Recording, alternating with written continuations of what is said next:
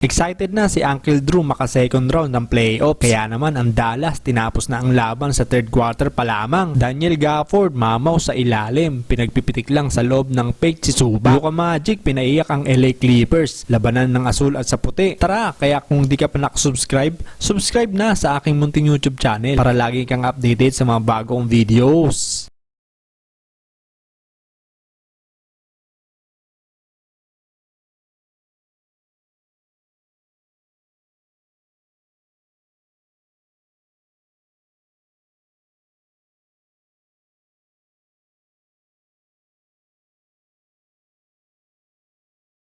Sa unang yugto ng laban, nanguna agad si Luka Magic na may 14 points. Nag-no-look pass pa kay Lively, yun nga lang hindi pumasok. Sa first quarter, dalawa na agad ang foul ni Doncic. Sa kabilang banda naman, Paul George, 10 points sa first quarter. Sinundan niya ni Harden na may 6 points at si Zubac na may 5 points. Lamang ng Dallas ng 8, 34-26. Second quarter, Kyrie Irving nagsisimula na uminit. Pass break points para kay Uncle Drew. 6-minute mark, kumabola na si Luka Magic ng 16 points. Kumargada naman ng off the bench si Norman Powell, 10 points sa second quarter. Smooth layup naman para kay Jones. Unang puntos yan para sa kanya. Bago matapos ang second quarter, Tomahawk mula kay Gafford. Nice assist para kay Uncle Drew. Natapos ang second quarter, tabla ang talaan, 52-52. Third quarter, umarangkada ng dalawang magkasunod na tres si Kyrie at Luka. Makalipas ng 5 minuto, beast mode naman si Daniel Gafford. Dalawang magkasunod na salampak sa third quarter. 3-minute mark, unang puntos para kay Westbrook. Pass break points, may kasama pang foul. Kyrie Irving bumitaw ng tres bago matapos ang third quarter, 72-87. Fourth quarter, tuloy-tuloy ang mainit na opensa ng Dallas. Reverse layup para kay Jones. Walang bawi dyan ang Clippers.